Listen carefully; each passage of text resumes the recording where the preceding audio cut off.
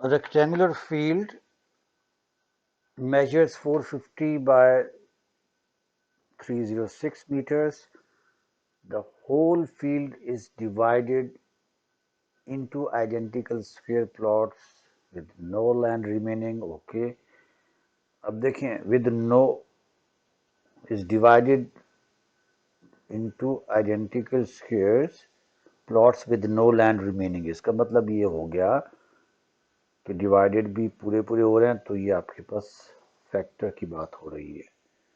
और to find the largest possible side length for the square, तो इसका मतलब ये है लार्जेस्ट पॉसिबल, क्या मतलब हो गया हाईएस्ट, और फिर कॉमन होना चाहिए क्योंकि स्क्वायर है तो दोनों की साइड वही होगी, लेंथ वाइज 306 वाइज भी होगी।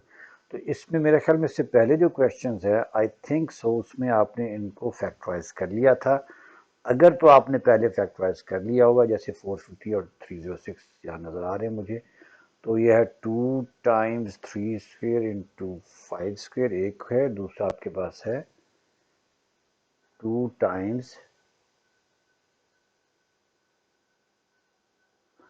अच्छा जी दूसरा क्या है, दिस इज 306, तो वो आपके पास क्या आ रहा है भाई, गन मारा हुआ है आपने वैसे। अगर 306 को करते हो तो 2 है ना, तो 15 153 हो जाता है।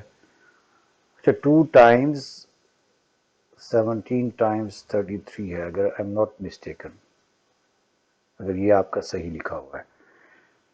तो एचसीएफ क्या होता है, जो आपके पास फैक्टराइज फॉर्म हो ना, एक तो आप कॉमन वाला लेते हो और कॉमन वाला भी की हाईएस्ट पावर लेते हो, तो ये आपके पास देखिए ये आपके पास 33 है, तो ये 3 टाइम्स 11 हो जाएगा आपके पास।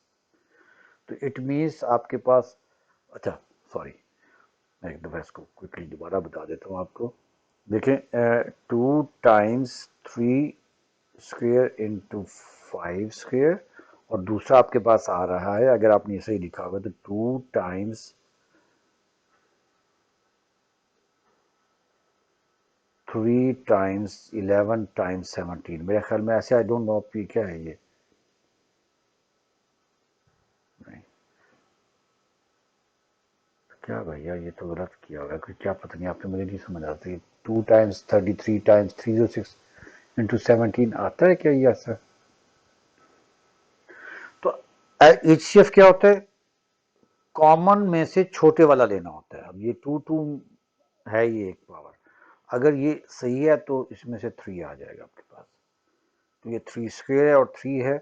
एक तो कॉमन ही सिर्फ लेना होता है एचसीएफ के लिए अगर फैक्टराइज फॉर्म में नंबर्स दिए हुए हैं, और उनमें से भी छोटी पावर लेनी होती है, तो इसका मतलब 6 होनी चाहिए द लेंथ ऑफ स्क्वेयर।